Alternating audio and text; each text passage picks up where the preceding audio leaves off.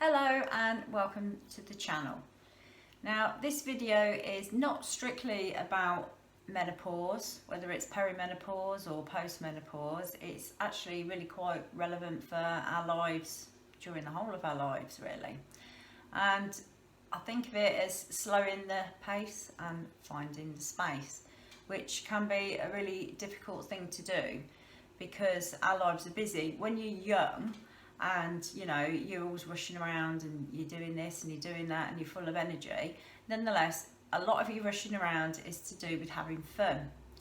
But as you get a little bit older, particularly when you get to the perimenopause stage of your life, while you're really busy, it definitely isn't all about having fun. You've usually got a lot of responsibilities. I mean, as you know yourself, you've got to do this, you've got to do that, you've got to go here, you've got to be there at certain times. So whether it's added responsibilities of aging parents, or whether you've got teenage children and children at university, or even younger children at home that need you, and you have partners and you have pets, you've got friends, you've got family, you've got neighbours, there's a huge amount of responsibility going on there. So added to that, whatever it is you do for a living, it really is full on. So when you're younger, yeah, everybody's tearing around, but when you get that little bit older, the responsibilities actually seem to increase. It's not all about fun. A lot of it is, it's I've got to do rather than want to do. And it can cause a lot of stress, a lot of strain on you, and particularly if you're going through perimenopause symptoms, or even symptoms when you're postmenopause, because they can continue, it makes everything else so much more difficult. You've got all these other things to do, all these other things to think about, all these other people to care for and to make sure that they're okay, that you lose sight of yourself. You leave yourself at the bottom of a very long list. And that is actually quite a dangerous thing to do. It is not good for you. There is a saying that you can't pour from an empty cup, and it is really true. If your cup is empty, you're not going to be any good to anybody else or to yourself. So the first rule is you've got to take care of you first. Doesn't mean you have to push everybody else aside and be selfish. It doesn't mean that at all. But you really have to take care of yourself first.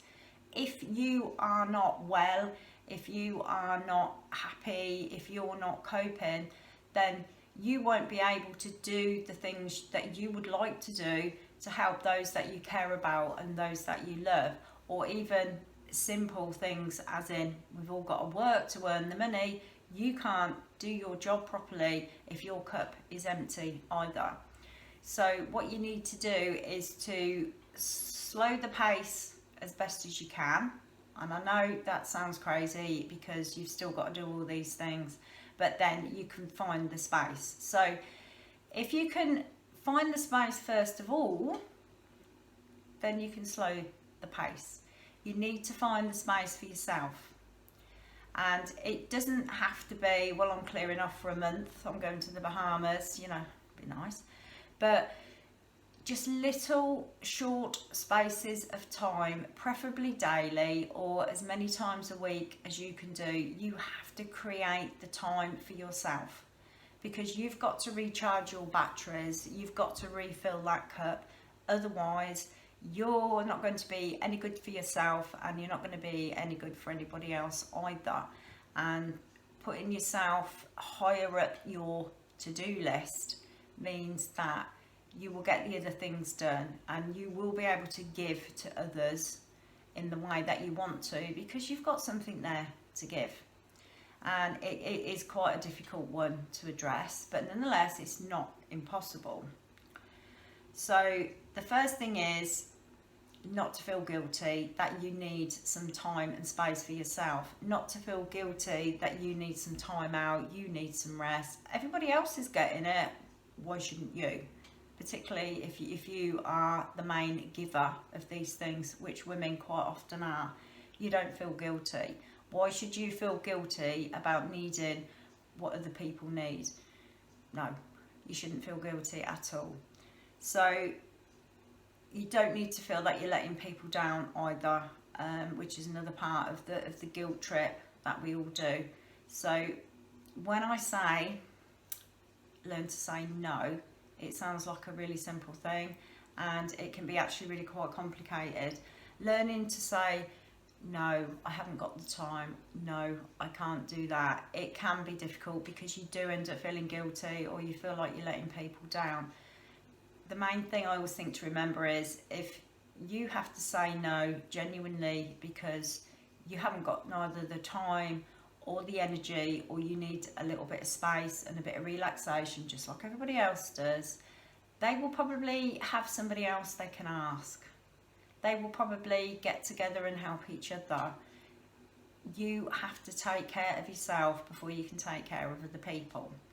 So regular time out, if you can do it daily, that's absolutely brilliant. If you can have, even if it's just 20 minutes a day, phone off, go for a walk, watch a bit of TV, soak in the bath, do some breathing exercises, crossword puzzle, whatever it is. You've got to take some time out. You've got to create this little bit of space that is just yours, where nobody can interfere, no phones are going off, no demands are made on you for that short period of time, because you've got to fill this cup, that is your cup, back up. So learning to say no without feeling guilty, I know is really quite difficult, but you have to remember that you're just as important as everybody else. Your needs are just as important as everybody else's. And while you really want to make everybody else happy and make sure that they're taken care of, if you don't take care of yourself, you're not going to be able to help anybody at all. So don't just put a brave face on things. Don't just struggle or worry what people will think of you if you say no. You really do need to make a stand. And as I say, it's not strictly a menopausal time of your life. It is something women are guilty of for a lot of their adult life. Is trying to do too much, trying to please everybody. You have to have some time each day, preferably, or as often as you can. That is your time. You recharge your batteries, you take some time out, you do something that you want to do. It's not being selfish, it's just taking your share of the good things in life. So whether you want to go walking or potter around in the garden or listen to something on the radio, you take that time, okay? So slow the pace by taking the time out and find the space within that for you. And it really does help. It helps physically, it helps psychologically, and if you are feeling less stressed and less anxious, it also helps to relieve those menopause symptoms that can be aggravated or even caused by high levels of stress and anxiety. So take it from me, I'm a great believer in this. You have to take some time for yourself, okay? So slow the pace, even if it's just for 20 minutes a day. Find the space, and it's all yours. It's your space. And then that way you can do the things that you would like to do and love to do and want to do for those that you love and care about, but without putting your own mental and physical health at risk.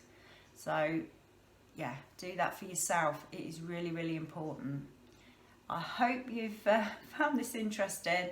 I know it sounds a little bit odd, but it is so important. Life's so hectic. So think about it. Think about where you can take your own time, where you can spend the time for you to refill that cup, and then you can carry on giving to those that you want to give to, and only give to those that you want to give to.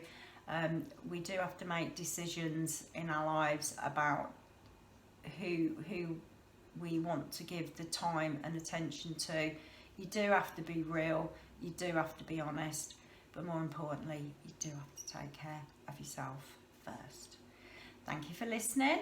I hope you found it helpful, and if you'd like to know when there's any more videos coming up on this series, there's a little notification bell below the video, and there's also a subscribe button too. So remember, take care of yourself, and I will see you again soon.